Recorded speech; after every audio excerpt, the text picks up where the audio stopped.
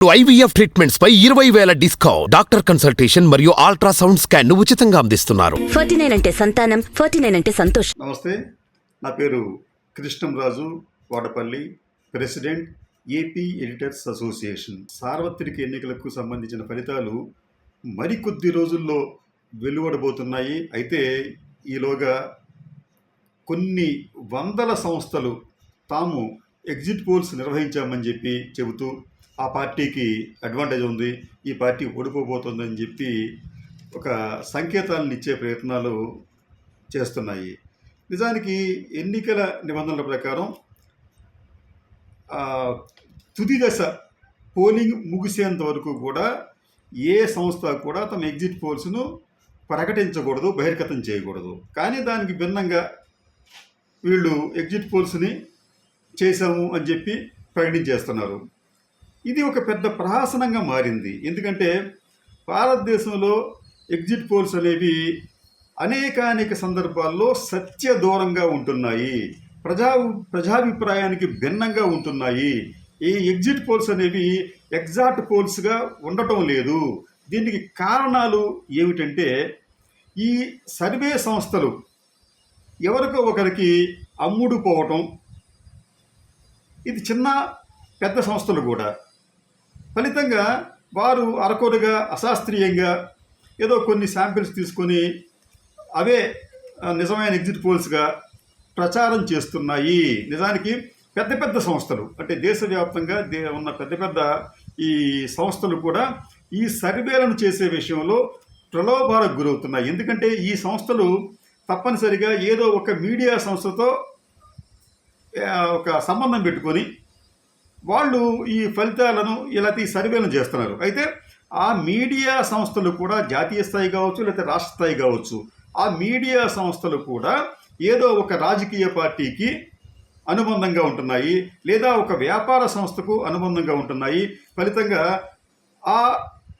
ఆయా పార్టీలకు దగ్గరగా ఉన్న ఆ వ్యాపార సంస్థలు, మీడియా సంస్థలు ఆయా పార్టీలకు ఒక ఎడ్జ్ ఇచ్చే ప్రయత్నాన్ని చేస్తుండటం వల్లనే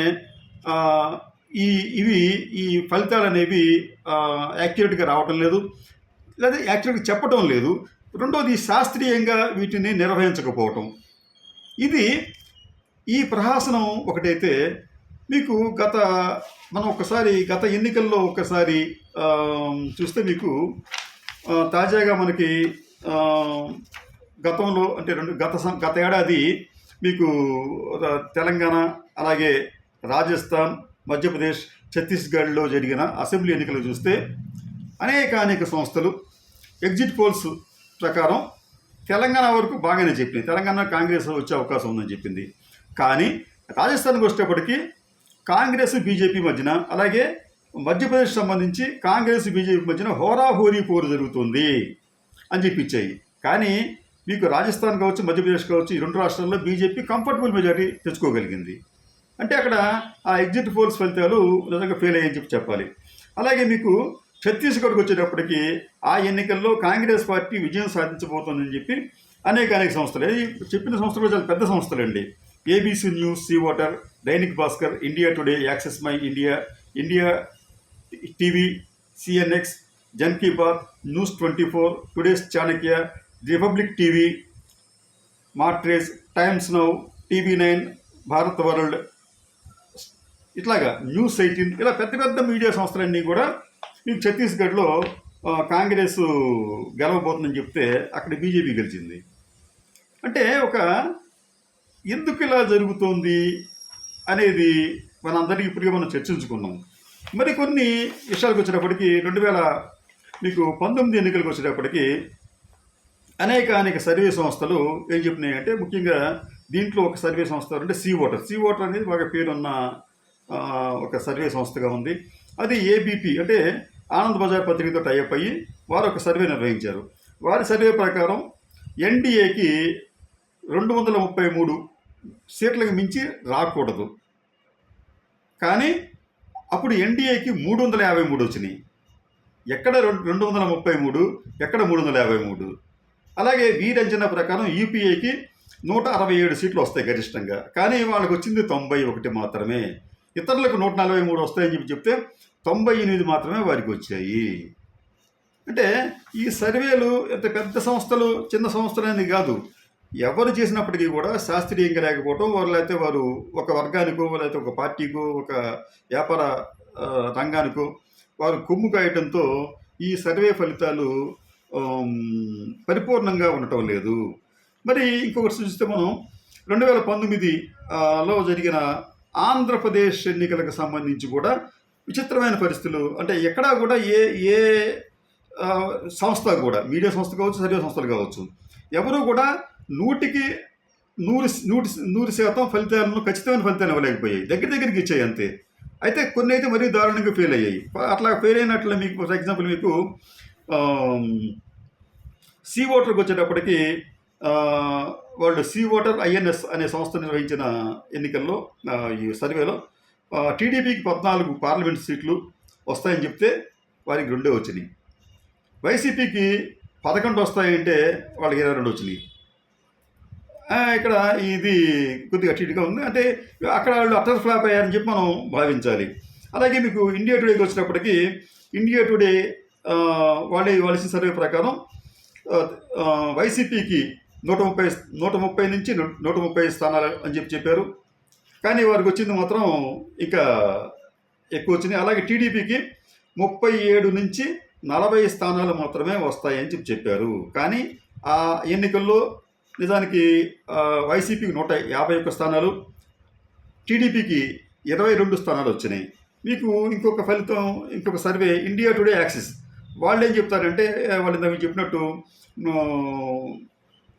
130, 135 అని చెప్పి వైసీపీకి, టీడీపీకి 37-40 అని చెప్పన్నారు. TV9 ఆర్జీ ఫ్లాష్ సర్వే వీళ్ళిచ్చిన దాని ప్రకారం టీడీపీకి ఇది మరీ దారుణంగా ఫెయిల్ అయింది. ఇది టీడీపీకి 90 నుంచి 100 సీట్లు వస్తాయని చెప్పన్నారు TV9 ఆర్జీ ఫ్లాష్ సర్వే. వైసీపీకి 65 నుంచి 72 వస్తాయని చెప్పన్నారు. జనసేనకి 1 నుంచి 3 వస్తాయని చెప్పన్నారు, వాళ్ళకి 1 వచ్చింది. అయితే మిగతా అన్ని విషయాల్లో టీడీపీకి 100 రాలేదు కానీ 23 వచ్చినాయి.